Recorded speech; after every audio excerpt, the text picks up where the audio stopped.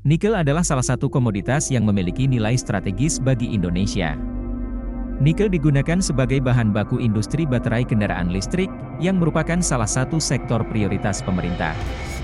Namun, cadangan nikel Indonesia disebutkan tidaklah melimpah, bahkan ada yang menyebutkan hanya cukup untuk 13 tahun. Padahal, Indonesia harus menghadapi tekanan dari lembaga internasional seperti IMF dan WTO yang mempertanyakan kebijakan larangan ekspor biji nikel dan hilirisasi nikel yang diterapkan sejak 2020. Namun, benarkah cadangan nikel Indonesia hanya bisa dikeruk dalam waktu sependek itu? Dalam sebuah laporan, Dana Moneter Internasional mengusulkan agar Indonesia melakukan evaluasi ulang terhadap kebijakan hilirisasi.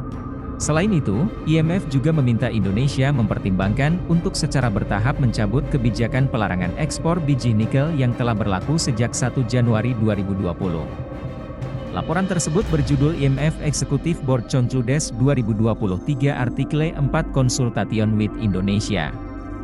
Sementara itu, pada bulan Desember 2022, Menteri Perdagangan Zulkifli Hasan menyatakan bahwa pemerintah akan mengajukan banding setelah kalah dari Uni Eropa dalam perkara larangan ekspor biji nikel di Organisasi Perdagangan Dunia. Perkara ini bermula dari gugatan yang diajukan oleh Uni Eropa ke WTO pada tahun 2021 terkait dengan kebijakan Indonesia yang melarang ekspor nikel dalam bentuk mentah sejak tahun 2020. Menanggapi serangan-serangan tersebut, Presiden Republik Indonesia Joko Widodo menegaskan bahwa pemerintah tetap berkomitmen untuk melaksanakan program hilirisasi nikel. Hilirisasi harus kita lakukan meskipun kita digugat oleh WTO meski kita diberikan peringatan oleh IMF.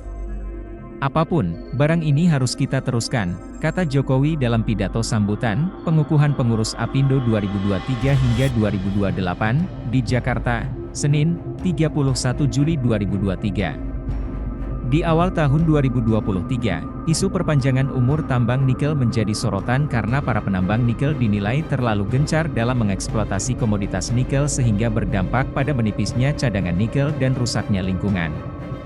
Menurut laporan Wood Mackenzie, permintaan nikel setengah jadi akan meningkat dari sekitar 3 juta metrik ton pada tahun 2022 menjadi sekitar 5,8 juta metrik ton pada tahun 2040 yang dipicu oleh permintaan baterai kendaraan listrik. Untuk mendukung ekosistem EV, pemerintah juga berambisi untuk meningkatkan produksi nikel dalam 5 tahun ke depan dengan memanfaatkan cadangan nikel Indonesia yang melimpah. Namun, Rizal Kasli, Ketua Umum Perhimpunan Ahli Pertambangan Indonesia mengingatkan bahwa pengerukan nikel yang tidak mempertimbangkan keberlanjutan sumber daya ini akan berakibat fatal bagi lingkungan dan generasi mendatang. Sumber daya nikel ini dapat habis dalam waktu singkat jika tidak dikelola dengan baik.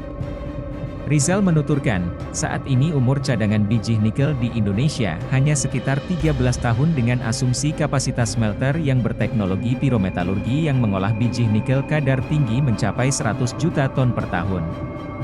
Sementara itu, dengan teknologi hidrometalurgi umur cadangan biji nikel bisa mencapai sekitar 60 tahun dengan asumsi jumlah cadangan 3,6 miliar ton dan tingkat produksi biji nikel kadar rendah sebesar 60 juta ton per tahun.